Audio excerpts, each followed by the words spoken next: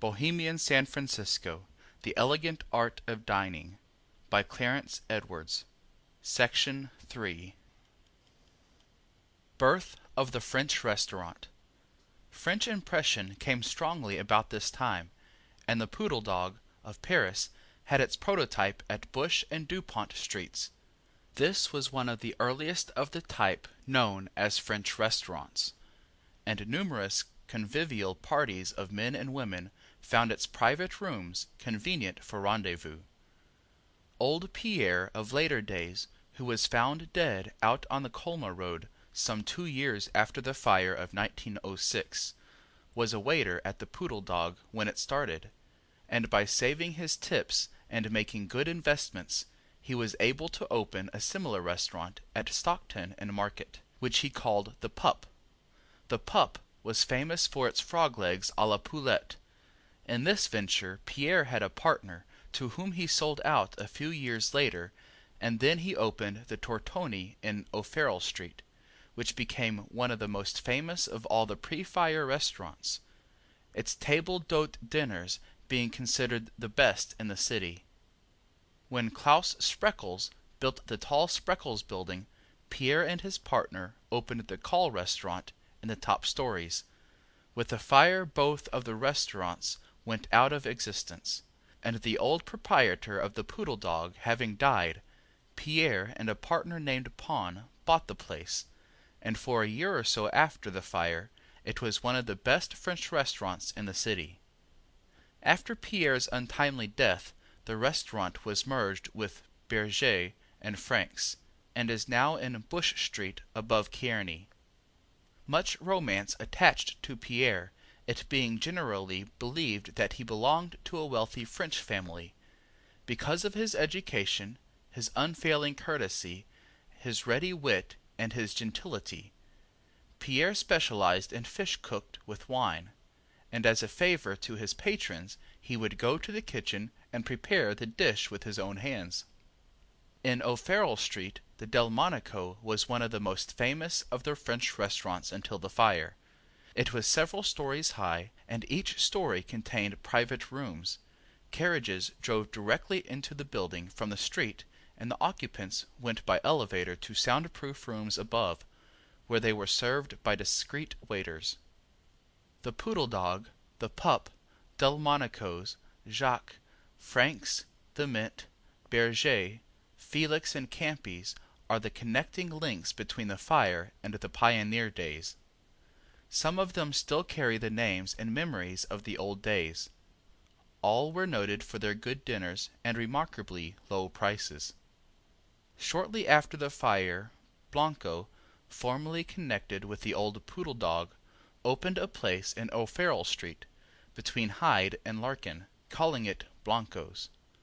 During the Reconstruction period, this was by far the best restaurant in the city, and it is still one of the noted places. Later, Blanco opened a fine restaurant in Mason Street, between Turk and Eddy, reviving the old name of the Poodle Dog, and here all the old traditions have been revived. Both of these savor of the old type of French restaurants, catering to a class of quiet spenders who carefully guard their indiscretions. In the early 50s and 60s, the most noted places were not considered respectable enough for ladies, and at restaurants like the Three Trees, in Dupont just above Bush Street, ladies went into little private rooms through an alley.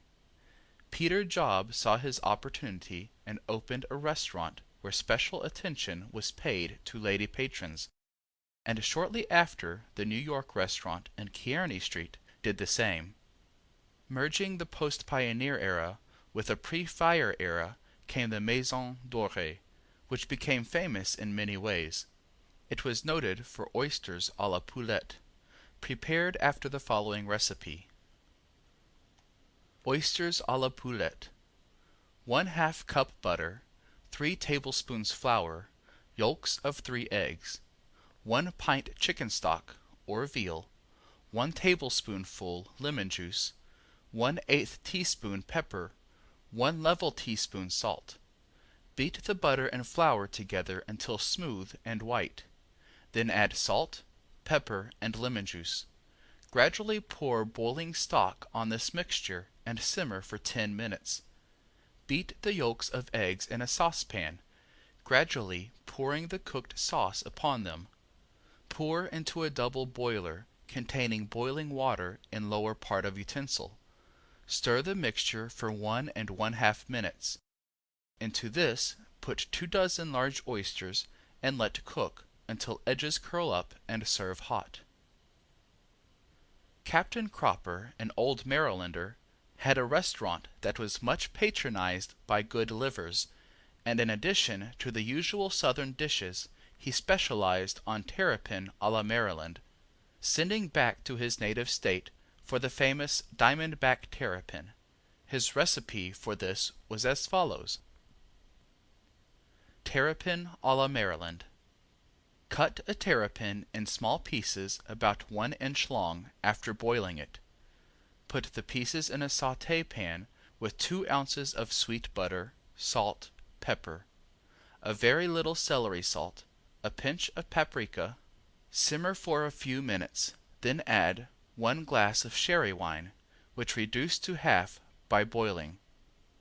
Then add 1 cup of cream, bring to a boil and thicken with 2 yolks of eggs mixed with a ½ cup of cream. Let it come to a near boil and add ½ a glass of dry sherry and serve.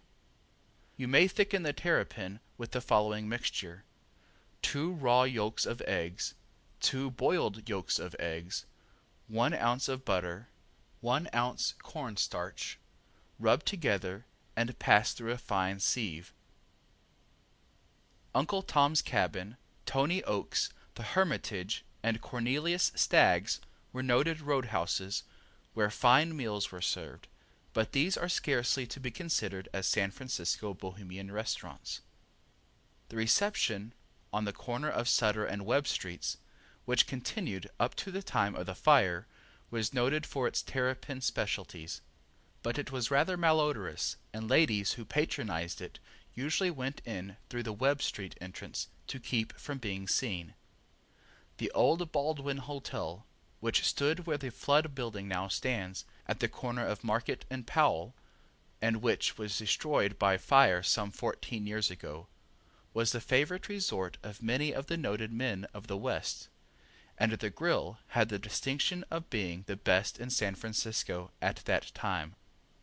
The grill of the old Palace Hotel was also of highest order, and this was especially true of the Ladies' Grill, which was then, as now, noted for its artistic preparation of a wondrous variety of good things. Probably the most unique place of the pioneer and post-pioneer eras was the Cobweb Palace, at Meiggs Wharf, run by queer old Abe Warner. It was a little ramshackle building extending back through 2 or 3 rooms, filled with all manner of old curios, such as comes from sailing vessels that go to different parts of the world. These curios were piled indiscriminately everywhere, and there were boxes and barrels piled with no regard whatever for regularity. This heterogeneous conglomeration was covered with years of dust and cobwebs, hence the name. Around and over these played bears, monkeys, parrots, cats and dogs, and whatever sort of bird or animal that could be accommodated until it had the appearance of a small menagerie. Warner served crab in various ways and clams. In the rear room, which was reached by a devious path through the debris, he had a bar where he served the finest of imported liquors, French brandy, Spanish wines, English ale, all in the original wood. He served no ordinary liquor of any sort, saying that if anybody wanted whiskey, they could get it at any saloon. He catered to a class of men who knew good liquors, and his place was a great resort for children, of whom he was fond and who went there to see the animals. The frontispiece of this book is from one of the few existing, if not the only one, photographs of the place. Equally unique, yet of higher standard, was the Palace of Art, run by the Hackett brothers, and Post Street near Market. Here were some of the finest paintings and marble carvings to be found in the city, together with beautiful hammered silver plaques and cups. Curios of all sorts were displayed on the walls, and among them were many queer wood growths, showing odd shapes as well as odd colorings. A large and ornate bar extended along one side of the immense room, and tables were placed about the room and in a balcony that ran along one side. Here meals were served to both men and women, the latter being attracted by the artistic display and unique character of the place. This was destroyed by the fire, and all the works of art lost. At the Cliff House. 3 times destroyed by fire, and 3 times rebuilt. The Cliff House stands on a rocky promontory overlooking the sundown sea, where San Francisco's beach is laved by the waves of the ocean. Since the first Cliff House was erected, this has been a place famous the world over because of its scenic beauty and its overlooking the Seal Rocks, where congregate a large herd of sea lions, disporting much to the edification of the visitors. Appealing from its romantic surroundings, interesting because of its history, and attractive through its combination of dashing waves and beautiful beach extending miles in one direction, with a rugged entrance to Golden Gate in the other, with the mysterious Farallones in the dim distance. The Cliff House may well be classed as one of the great Bohemian restaurants of San Francisco. Lovers of the nightlife know it well, for it is the destination of many an automobile party. During the day its terraces are filled with visitors from abroad who make this a part of their itinerary, and here, as they drink in the wondrous beauty of the scene spread before them, partake of well-prepared and well-served dishes, such as made both the Cliff House and San Francisco well and favorably known, and whose fame is not bounded by the continent. But for a more pleasant visit to the Cliff House, one should choose the early morning hours, and go out when the air is blowing free and fresh from the sea, the waves cresting with amber under the magic touch of the easterly sun. Select a table next to one of the western windows, and order a breakfast that is served here better than any place we have tried. This breakfast will consist of broiled breast of young turkey, served with broiled Virginia ham, with a side dish of corn fritters. When you sit down to this after a brisk ride out through Golden Gate Park, you have the great sauce, appetite, and with a pot of steaming coffee whose aroma rises like the incense to the sea gods, you will feel that while you have thought you had good breakfasts before this, you know that now you are having the best of them all. Of course, there are many other good things to order if you like, but we have discovered nothing that makes so complete a breakfast as this.